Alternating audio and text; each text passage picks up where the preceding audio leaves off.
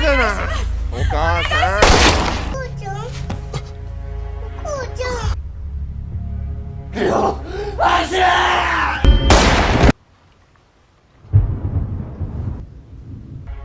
いつか必ず待ってるよ。仙台方面に向かう下り線が一般道路の状況です。新庄バイパスは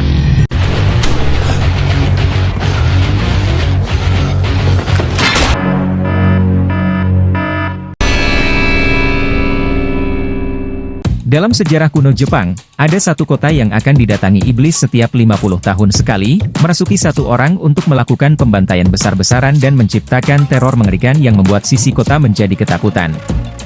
Hanya segelintir orang saja yang mengetahui akan sejarah ini, dan hanya dia yang bernyali, yang mungkin berani untuk menghentikannya.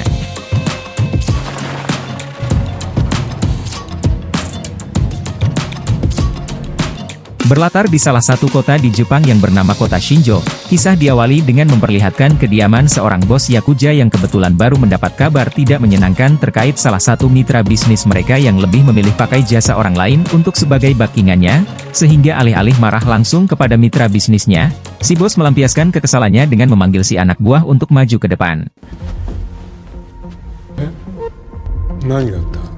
仕事をせい！ Di saat yang bersamaan di luar, ada seorang misterius yang mulai menumbangkan satu persatu penjaga, disusul oleh kemunculan dalam darah yang mengecelak dari atas jendela. Sampai ketika mereka menyadari adanya suatu ancaman, si bos pun langsung dibawa keluar untuk diamankan.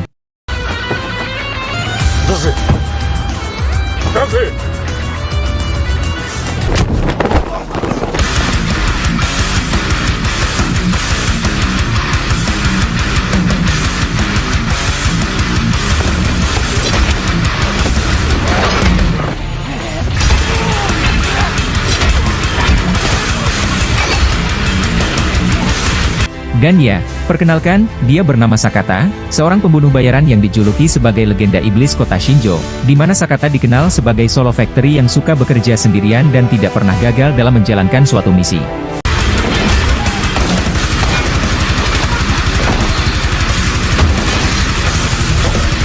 Selesai dengan para kroco, kini Sakata harus menghadapi pengawal si bos yang punya badan besar dan lumayan bisa gelut, namun fisik dan skill tampaknya masih belum cukup untuk mengalahkan seorang Sakata. Setelah membuntungi tangan si pengawal dengan golok paranting alap Arabnya, Sakata pun naik ke kamar si bos yang terlihat sudah kena mental.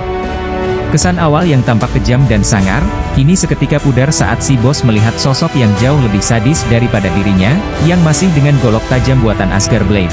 Sakata pun langsung mendebas si bos tersebut, sehingga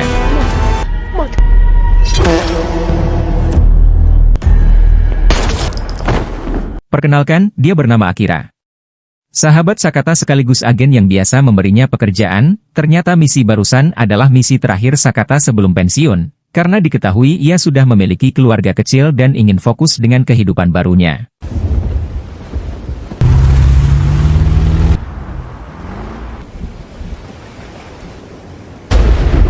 Setibanya di rumah, Sakata langsung disambut oleh putri kecilnya yang sangat lucu dan sang istri yang juga ikutan memeluknya. Semuanya sangat normal, inilah kehidupan yang sudah lama Sakata idam-idamkan. Jauh dari pertumpahan darah dan jauh dari kekejaman, namun ketika Sakata baru selesai mandi dan akan menemui keluarganya,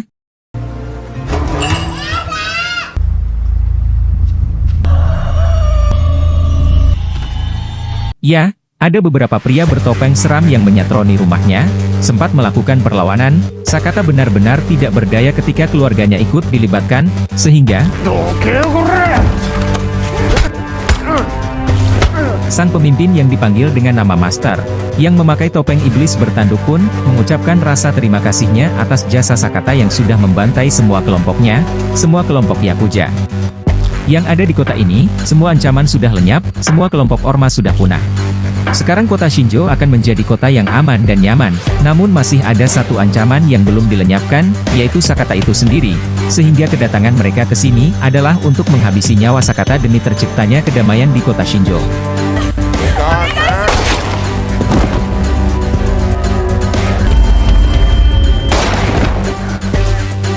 Dan ya, mereka menghabisi nyawa istri dan anak Sakata yang sebenarnya tidak berdosa dan tidak tahu apa-apa, namun karena sudah terlanjur menjadi saksi mata, maka mereka terpaksa membunuhnya. Dengan fakta bahwa Sakata sudah tidak punya siapa-siapa lagi dalam hidupnya, ia berjanji suatu hari nanti dirinya akan datang dan membantai mereka semua satu persatu, namun untuk saat ini, Sakata benar-benar tidak berdaya dan langsung ditembak tepat di kelapa. 全員殺す。待ってるよ。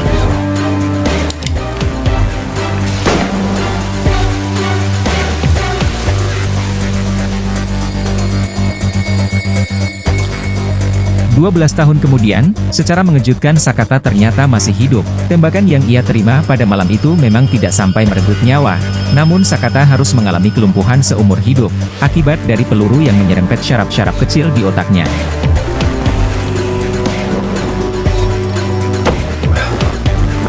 Orang yang paling berkontribusi besar pada kelangsungan hidup Sakata, tentu saja adalah Akira yang pada malam itu datang tepat waktu dan langsung melarikannya ke rumah sakit. Bahkan setelah 12 tahun berlalu tanpa mendapatkan apa-apa, Akira masih setia mengurus Sakata dan memberinya sebuah tempat tinggal sederhana, lengkap dengan seorang pengasuh yang akan merawatnya setiap hari.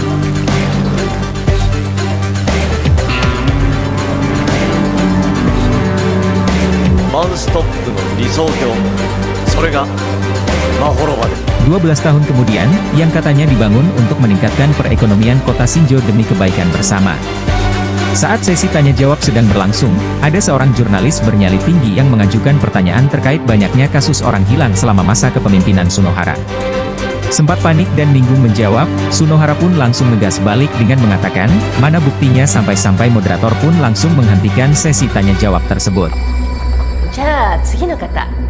Ternyata data yang dimiliki oleh si jurnalis didapatkan langsung dari mantan anggota Yakuza yang dibayar agar mau memberikannya sejumlah informasi, yang pada intinya, Sunohara, sang bapak wali kota, tidak sebaik yang masyarakat kira. Ada banyak hal-hal mengerikan di belakang yang tidak diketahui oleh orang banyak, sehingga membuat si jurnalis semakin tidak sabar untuk mengungkapkan hal ini ke permukaan.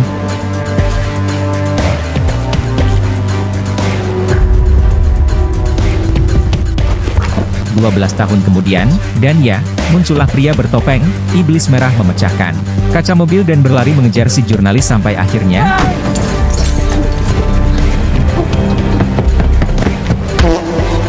Setelah si jurnalis mati, muncullah pria lain memakai topeng kakek tua yang meminta si mantan anggota Yakuza untuk berlutut, dan memasukkan pistol ke dalam mulutnya, sehingga, tamat sudahlah, satu-satunya orang yang mengetahui akan kebusukan sang bapak wali kota.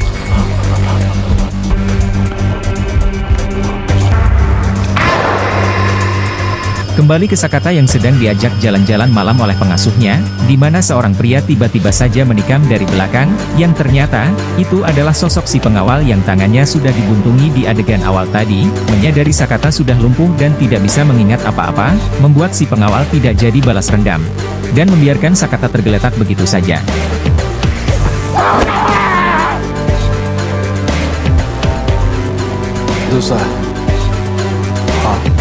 Sakata pun langsung dilarikan ke rumah sakit dan dijaga oleh 2 orang polisi untuk melindunginya dari kemungkinan akan terjadinya penyerangan lagi, di mana seorang kapten polisi yang cukup tersohor di kota Shinjo pun memberikan selembar uang untuk kedua penjaga itu ngopi di luar, supaya ia bisa leluasa masuk ke dalam dan melihat Sakata dari jarak dekat. 久しぶりだな、坂田。気の毒にこんな体になってしまう。 Setelah memastikan bahwa itu memang benar adalah Sakata, Anda mungkin akan terkejut saat mengetahui jika si kapten polisi ini adalah satu dari beberapa orang yang pernah menyatroni rumah Sakata 12 tahun yang lalu. Ia adalah sosok yang memakai topeng kakek tua yang juga menjadi pelaku pembunuhan si mantan anggota Yakuza, sehingga menyadari ada salah satu tersangka yang sudah membunuh anak dan istrinya. Sakata pun seketika bisa menggerakkan mata dan jarinya dan inilah yang terjadi.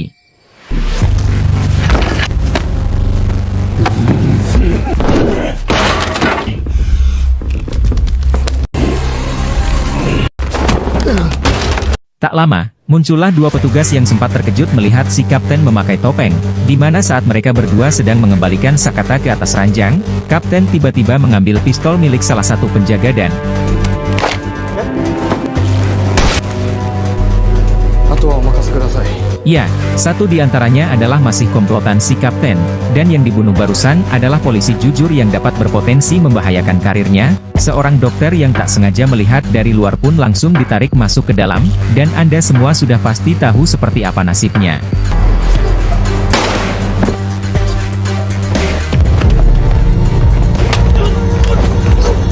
Dan ya, Sakata kembali bangkit dan menyerang saat mereka berdua sedang lengah, di mana saat ini kondisi tenaga Sakata sudah mulai pulih sekitar 60% dan lihat apa yang bisa Sakata lakukan dengan 60% itu.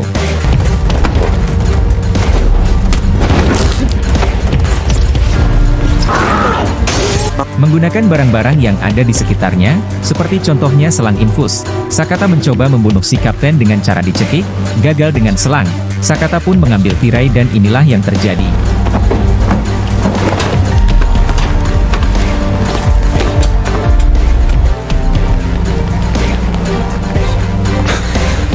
Setelah menghabisi salah satu pelaku pembunuh keluarganya, Sakata yang masih Hililinion pun berjalan keluar tepat saat ada Akira datang menjemput. Sejenak kita tinggalkan dulu Sakata dan beralih ke pabrik narkoba milik sang master, yang dikelola oleh anak buahnya yang bernama, kita panggil saja si pengelola, yang memakai topeng iblis bertanduk satu. Baru saja mendapat kabar tentang Sakata yang masih hidup, dan mungkin akan mendatangi pabrik untuk menuntut balas dendam.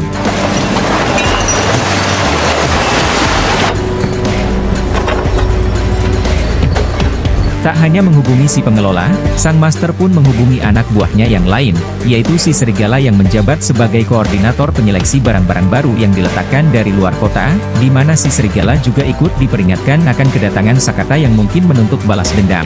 Dengan penuh percaya diri, si serigala yang sedang akan mencicipi salah satu barang pun, mengatakan jika ia akan menemui Sakata terlebih dahulu.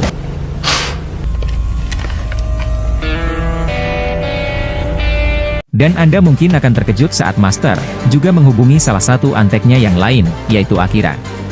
Ternyata pembantaian keluarga Sakata 12 tahun lalu, ada keterlibatan Akira yang dibayar untuk memberitahukan seluruh informasi dan identitas asli Sakata, sehingga semua bantuan yang ia berikan selama 12 tahun ini, adalah sebagai bentuk penyesalan atas kematian istri dan anak Sakata.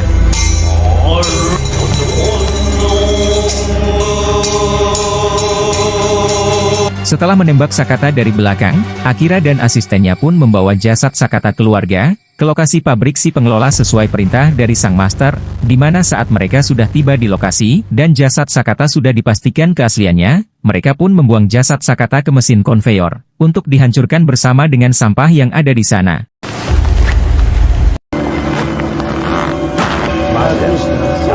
Ya, Sakata ternyata masih hidup untuk menuntut balas dendam kepada si pengelola, di mana ini semua adalah berkat bantuan Akira yang lebih berpihak kepada sahabat lamanya, namun karena si pengelola terus memantau monitor CCTV, ia pun langsung menghubungi penjaga gerbang depan dan menyuruh untuk menghabisi Akira dan asistennya.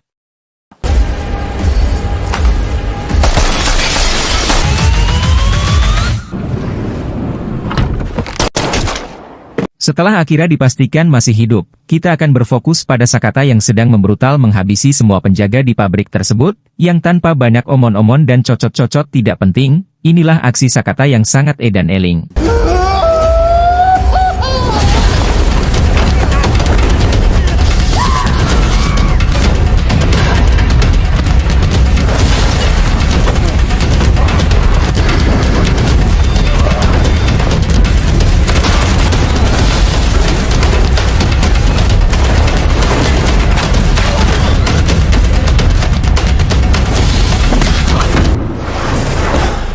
Selesai menghabisi semua penjaga, Sakata langsung pergi ke ruangan tempat si pengelola biasa berada, namun ternyata ia sudah berada di luar sambil memegang ponsel untuk memicu ledakan besar, dan inilah yang terjadi.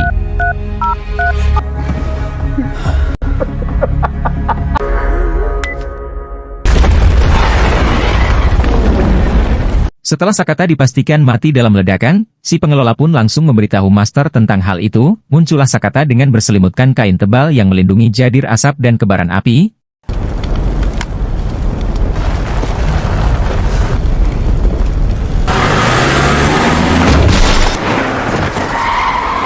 Ya, muncullah Akira yang menabrak si pengelola hingga pingsan, di mana si pengelola yang sedang terluka, maka parah pun akhirnya jujur tentang keterlibatan dirinya dalam kematian keluarga Sakata. sehingga tanpa ragu, Sakata pun langsung menembaknya sebelum selesai berbicara. あとはお前の好きにしてくれ。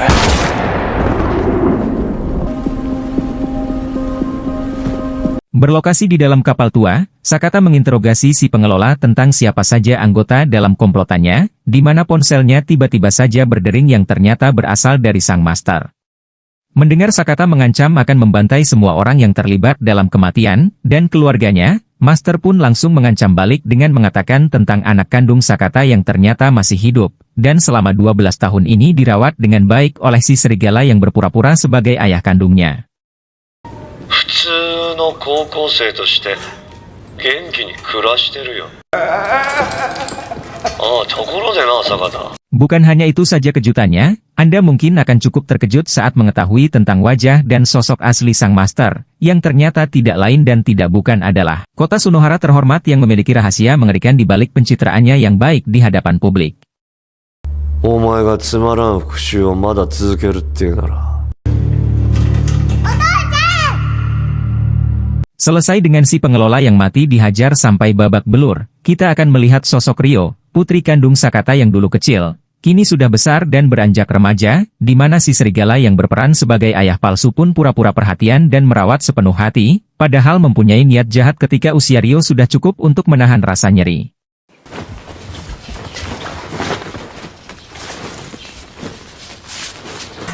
Ryo, 気をつけてな。 Ryo sendiri punya hobi memanah dan sudah menjuarai beberapa ajang kontes memanah sekabupaten, di mana Sakata sendiri sedang mendatangi kawan lamanya yaitu si informan, untuk mencari tahu tentang di mana alamat si serigala berada.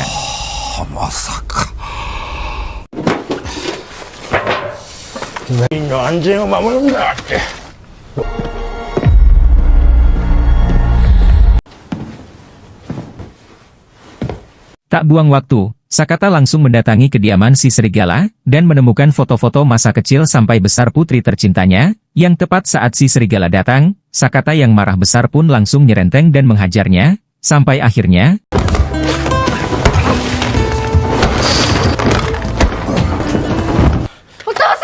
Ya, Ryo sudah berada dalam posisi siap melepaskan anak panahnya.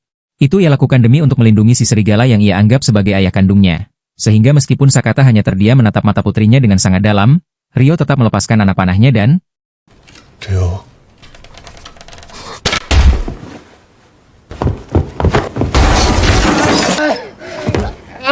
Tak lama setelah Sakata kandung, dia berkabur dengan anak panah yang masih menancap di bahunya. Muncul anak buah master, yaitu si topeng iblis merah yang akan membawa Ryo, untuk dimanfaatkan sebagai sandera. Sementara untuk Sakata, ia ditelepon oleh master yang mengundangnya untuk datang ke resort mewahnya, yang baru dibangun, demi untuk menyelesaikan semua permasalahan ini. 大きくなってたろう。あの子に。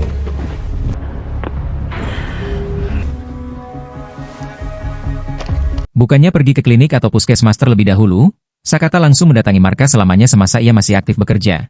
Terdapat banyak sekali perlengkapan dan jenis senjata tajam yang tersedia. Namun Sakata tetap memilih golok unik favoritnya, dan jaket kulit yang menjadi ciri khasnya.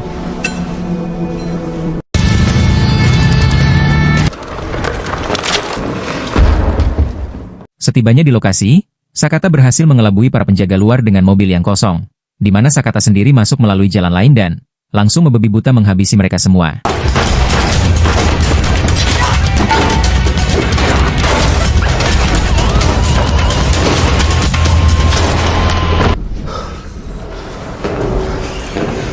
Yang barusan masih belum ada apa-apanya, karena ketika Sakata harus menaiki anak tangga menuju lantai yang dimaksud, ia masih harus menghadapi puluhan penjaga yang terus berdatangan dan...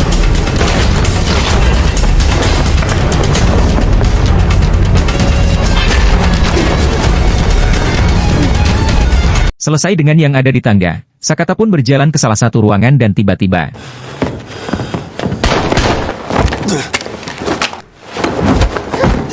Ya, itu adalah si serigala yang diperintahkan untuk menghadapi Sakata oleh sang master, di mana pertarungan berlangsung cukup singkat karena pada dasarnya si serigala hanya jago dalam congor-mencongor dan minim skill dalam berkelahi.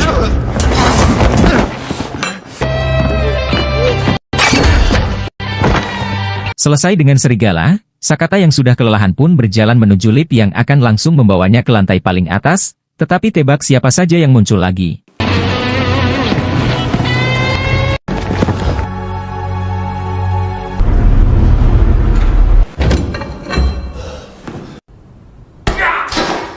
Setelah membantai hampir 100 orang lebih dalam sekali waktu, Sakata langsung pergi ke ruangan tempat triumfasi, di mana dia berada, tetapi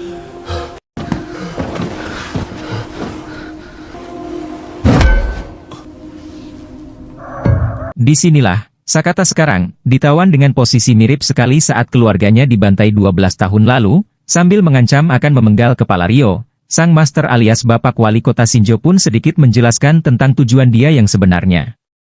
Niatnya memang baik, ingin menjadikan kota Shinjo sebagai kota teladan, bersih dari preman, aman dari pertama koplosan, aman dari mobil dinas yang hilang dan disalahgunakan dan tetek bengek piani, dan lainnya, namun cara yang master pakai memang terkesan sangat brutal. Seperti contohnya akan langsung mengeksekusi para pejabat daerah yang ketahuan korupsi. Seolah-olah hilang bak ditelan bumi, membunuh para pengusaha yang menolak ikut kerjasama dalam kemajuan kota, memanfaatkan uang hasil bisnis narkoba untuk membangun infrastruktur kota, dan tidak akan segan-segan memerangi siapapun yang menjadi penghalang akan tujuannya.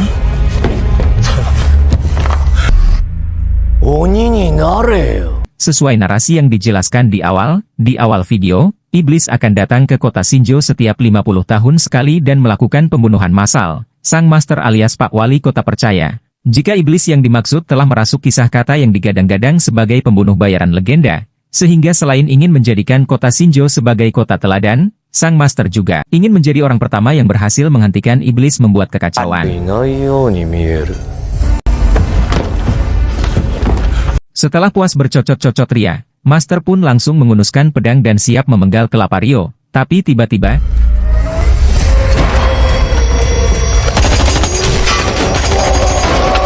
ya, muncullah si informan yang menembak secara membabi buta, di mana insiden 12 tahun lalu pun kembali terulang ketika Sakata berteriak menyuruh putrinya untuk berlari.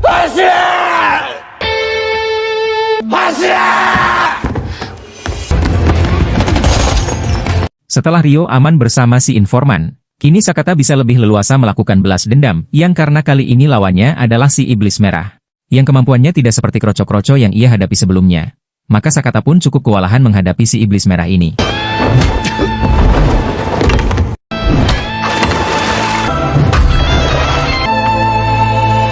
Saat posisinya sudah benar-benar tak berdaya, Sakata akhirnya teringat dengan wajah mendiang istrinya. Sehingga dengan kemerahan yang selama 12 tahun tidak terbudalkan, Sakata pun akhirnya bangkit dan inilah yang terjadi.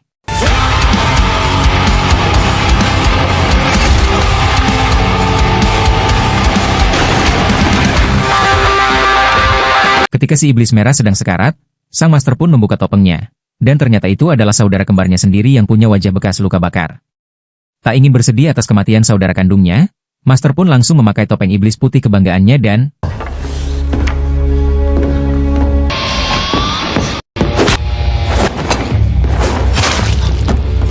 ya, siapa yang menduga jika Sakata harus kehilangan tangan kirinya setelah ditebas dengan mudah oleh si master? Dengan kondisi babak belur dan kehilangan banyak darah, Sakata masih bisa bangkit dan bergerak menyerangnya. Sampai akhirnya,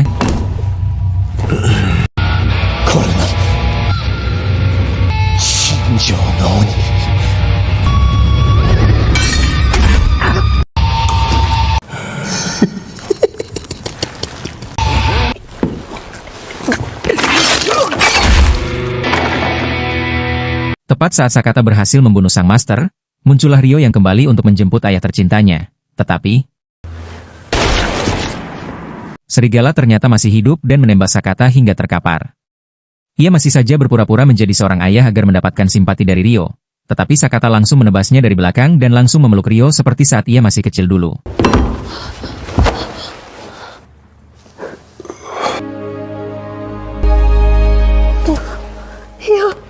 Tak lama setelah Sakata menghembuskan napas terakhirnya, dalam pelukan Ryo muncullah aparat yang langsung mengamankan semua orang di lokasi.